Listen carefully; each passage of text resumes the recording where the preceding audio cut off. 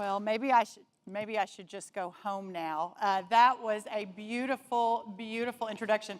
Before I start, I'm going to tell you all a little story, only because Ryan brought it up. I took my first vacation. I started almost 6 months ago in the West Wing, and I took my first vacation the beginning of October, so just a few weeks ago. And everyone said, "Oh, so good, you're going on vacation, and you need a break, and what beach are you going to go to?" And I said, "Well, actually, it's the Texas State Fair in Dallas, and my kids are showing their shorthorns and their Herefords, so that's going to be my vacation." And it was actually really awesome to see everyone's reaction to that. They loved it, but a lot of them were very confused. They're like, "What's a shorthorn?" It's a steer. And then, to make the story even more fun, when I got back, the White House IT had to come and clean my laptop because so much dust and dirt from the barns true story, at the barns had settled in to the keyboard and to the screen that it had to be completely wiped off. So yes, that's my addition to the White House, and it will never be the same. So thank you all so much for having me. Adam Meyerson and your extraordinary team. I have been the biggest fan of the Philanthropy Roundtable for many, many, many years, and it's really my honor to be here tonight. See so many old friends and make lots of new friends. It's a real honor for me. Nearly 2.5 centuries ago, an immigrant set foot on American soil for the first time. Arriving in New York City in 1775 meant immediate entry into a cauldron of conspiracy, revolt, and violence. And it also meant entering the arena where the future of human liberty would be lost or won. Haim Solomon, our new immigrant, was new to America, but he knew immediately he was an American. Within a year of his arrival, he joined the Sons of Liberty and declared himself for the life and independence of the new republic. Though a new immigrant, he embraced the danger and his duty in full. The danger was real. From 1776 to 1778, the British captured him twice and sentenced him to death twice, and he escaped twice. The intrepid Solomon, after the second scrape, made his way to Philadelphia, friends from Pennsylvania I sat with tonight, where George Washington's army stood between the national capital and the British armies. The fight for freedom against the king across the sea needed two things above all else: men and money. And there were plenty of men, and Haim Solomon supplied the money. For the next several years, Solomon worked and strove for the too scarce financing necessary to keep Washington's army in the field. All the revolutionary fervor was for nothing if American forces could buy no uniforms, no weapons, and no supplies. As the Continental Congress bickered, Solomon acted, calling upon his vast network of contacts in Europe and America to invest in the future of the Republic, conceived in liberty. And it worked. Over the years of the war, the Americans were often battered, sometimes beaten, and always harried, but they never disbanded for lack of funds. The monumental significance of this accomplishment can hardly be overstated. With London, the enemy capital, then the global epicenter of finance and capital, America was able to sustain itself in the face of its foes' signal advantage. And at the end, when Cornwallis's forces found themselves in the fortifications of Yorktown, George Washington knew it was time to spring the trap and win independence forever. He knew he had to send his Continental Army on an epic march from Rhode Island to Virginia, and he knew it would cost tremendous funds to make it happen. Without the money, there would be no campaign, and without the campaign, there would be no America. George Washington knew who could make it happen, and he issued the order: send for Haim Solomon. Haim Solomon came through. The funds came through. And thanks to a man who supplied the money to sustain and to vindicate American liberty, our country was won. I share the story tonight of Haim Solomon because it is important to remember that great men, and always because it is important to understand that the defense of liberty has many roles and many parts to play. The soldier who fights on the battlefield is important, and so too is the man with the vision who makes the fight possible. In a life where we are asked for our own particular shares of time and treasure and talent, sometimes writing the check, securing the financing, or providing the money is the highest and most vital contribution a person can make. No one understands that better. No group in America understands that better than all of you sitting in this room tonight. And I am so proud to be here with you. You know, we call the work of charity, the work of bettering our brothers and sisters, philanthropy, because it is literally an act of love. The Greek roots philos and anthropos combine in philanthropy to literally signify love of mankind. And it isn't just any love. Ancient Greek had 4 words for 4 kinds of love, and the brother to brother of equal eyes in the eyes of God and others. It is not condescending or paternal. It is not shepherding or controlling. It is rational and it is intense, and it is intense because it is rational. The love expressed in philanthropy, what all of you do, is the love required for the American democratic experiment, the proposition of radical equality of a people unbound by any obligation but those of citizenship and conscience. When we think of philanthropy, we are not properly thinking of some peripheral activity that is incidental to our daily lives. We are thinking of the central, core, and grounding action of a free society. Today, and for the past century, there has been an idea in American civic life that holds that philanthropy is not enough, that philanthropy fails, that philanthropy's place is actually properly occupied by government. This idea is powerful because it is seductive. On the one hand, it offers the reinforcement and amplification of philanthropic work, but using the power of the state. On the other hand, it liberates the individual from the imperative to act. No personal engagement is necessary because the impersonal arm of the state will do what must be done. This idea is not a fulfillment of philanthropy, it is a betrayal of it. A closed fist of compulsion is not love. A liberation from obligation is not citizenship. Whatever philanthropy is, it is not the state. Whatever the state is, it is not philanthropy. Nearly 2 centuries ago, Alexis de Tocqueville, whom many of you know and have read and have studied, traveled the breadth of our young republic and marveled at the uniqueness and the vitality of Americans. The Frenchman sought to discern the source of American uniqueness, and this is where he found it. Whenever a European, he said, whenever a European needs something done, observed de Tocqueville, he would petition his superiors in the aristocracy, in the government, for it to be done. Whenever an American needed something done, he would join together with his neighbors, form an association, and do it himself. The European was a subject, the American was a citizen. The European subsisted by government, and the American subsisted by philanthropy. The foundational undergirding of our free society is not the bond linking the citizen to his government. It is the bond linking a neighbor to his neighbor.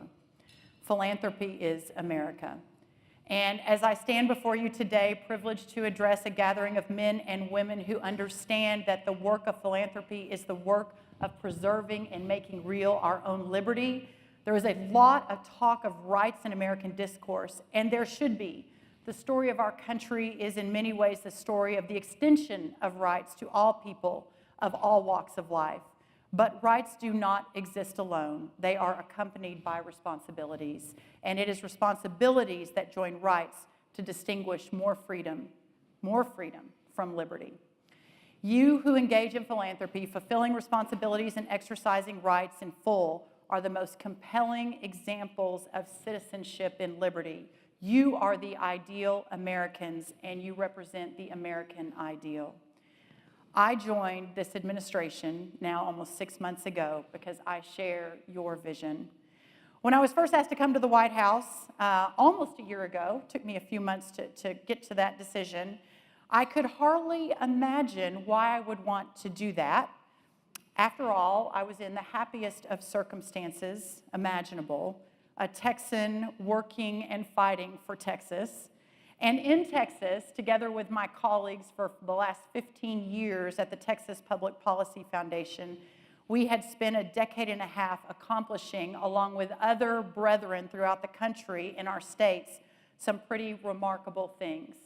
In Texas, reforming criminal justice on behalf of victims and communities and taxpayers and families, advocating for small entrepreneurs who sought only a fair chance to succeed.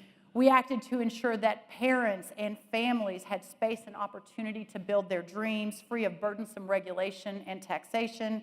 We worked to make Texas a place judged by the possibilities open to all men and women of every station, high and low and rich and poor. We preserved the Lone Star State as a place where a little girl from a little town called Glen Rose, without very much, raised by a single mom, could look up at a starry sky and imagine herself someday, maybe, working in the White House. We didn't do all this because there was any particular benefit personally. Every single one of us who work in the movement and in these organizations that you all invest in could have done better financially in other sectors. Every single one of our supporters, many of you here tonight, could have spent their money on some luxury or some gift or some extravagance. We did not, and you did not. Instead, we worked out of philanthropy, out of the love for the American spirit.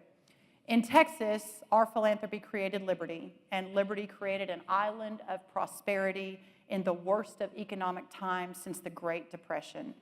Now, today, the same opportunity exists in America at large. Who can say the need is not obvious and compelling? Our rural areas are hollowing out as jobs move to the big cities or overseas. Despair in small communities gives rise to an epidemic of addiction. Economic dislocation ravages small towns and historic communities. Many of our big cities that ought to be beacons for the American way instead sink into mayhem and chaos. Yet, in the face of all of this, and as just the tip of the iceberg, there is the record of the past 2 years, an economy that has roared back to life, unemployment at historic lows, wages, blue-collar wages, growing at a brisk clip, and manufacturing returning to the heartland. And there is this, a White House that understands for the first time in nearly a decade that the states can be the fonts of policy and policy making as much, if not more, than Washington, D.C. itself can be. And that the states, in many cases, are in fact the best sources of policy than the federal government itself. And why wouldn't they be? They are the constitutional design that seats the sovereignty amongst the people themselves. And they are the closest to the people whom government is properly meant to serve. The record of state policy making, affecting, and even creating the federal policy is a long one. It was the states, after all, that spent 50 years experimenting with and expanding voting rights for women, leading directly to the 19th Amendment of the Constitution. It was the states, by the way, that led the way, especially Wisconsin, conceiving and driving the welfare reform of the 1990s. It was the states that banded together in 2005 to 2007 to compel significant changes to the implementation of No Child Left Behind. It was the states that helped curb many of the excesses of Obamacare, first by defending their right and autonomy to administer their Medicaid programs as they saw fit, and then by refusing the expansion that came with it. It was and is the states that continue to drive the continuing reform in many of the areas now being discussed in Washington, D.C. And it was the states, led by my Texas, that drove criminal justice reform, culminating in a presidential commitment to effective restitution and rehabilitation policies at the federal level. I'm going to take just a second, and I don't even have this in my notes, but I think it's so important, if you don't mind, to talk about that for just a moment. About 12 years ago, a philanthropist, an oilman, everything in Texas seems to go back to oil, Ryan, an oilman from Midland, one of our board members, called me and said, Brooke, conservatives, free market, we have it all wrong on criminal justice. And I said, well, tell me what you mean. I mean, we're building lots of prisons and keeping people safe. And he said, for a lot of reasons, for biblical reasons, for taxpayer reasons, for second chance, America's a second chance country, for all of those reasons, we need to rethink it. And I looked into it and realized, this was over a decade ago, that America has 4% of the world's population and 25% of the world's incarcerated. And that didn't make any sense to me. And this was at a time where, again, in my Texas, deepest of red states, was building more and more prisons. There's more to be built. And so we at the Texas Public Policy Foundation, with some friends all over the state of Texas, banded together and realized there was a better way. And in doing so, began to transform the state on that issue, and ultimately have now led 36 states to follow our lead, and it continues in Washington. Here's the bottom line and the best part of the story. Instead of building more prisons during the last 12 years, we have actually closed 8 prisons in the state of Texas at a time our population has exploded. Instead of spending money on building more cells and hiring more prison guards, we instead put that money into rehabilitation and drug courts and helping people out of addiction and to a better life. And in that time, while we have closed all of those prisons, our crime rate has dropped 31%. So what an awesome story to tell, and to see that happen firsthand and to understand it and to have led it has been one of the great gifts. And so when you think about the laboratories of democracy, the opportunity that the states have, especially under this administration, to really come forward with the most innovative ways to solve the most difficult problems our society is facing today, it's really, really encouraging. These things from the states are the antidote and the cure for the ills facing America, and bringing them to fruition in urban policy, in tax policy, in social policy, and beyond is what I have the great blessing to work on every single day at the White House. But I want to make clear that the prosperity of success we are working for all Americans, is not really the end, not the end of itself. Material prosperity is necessary and an inevitable product of liberty, but wealth is nothing without meaning. As Churchill said, we are spirits, not animals, and you in this room understand that more than anyone. And so the aim of our work is simply this: to make America free. When America is free, then the philanthropic spirit and not the governmental spirit reigns. When America is free, neighbors look to one another rather than the state. When America is free, we are a nation of citizens and not subjects. When America is free, a young father in South Texas can decide he wants a better life and start a new business and begin to build that business and then buy a home and create a better future for his children.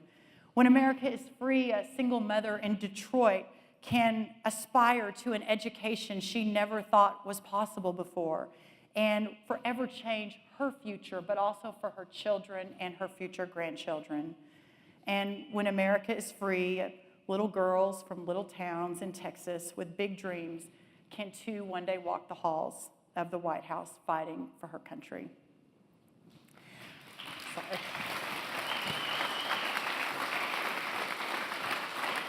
Thank you.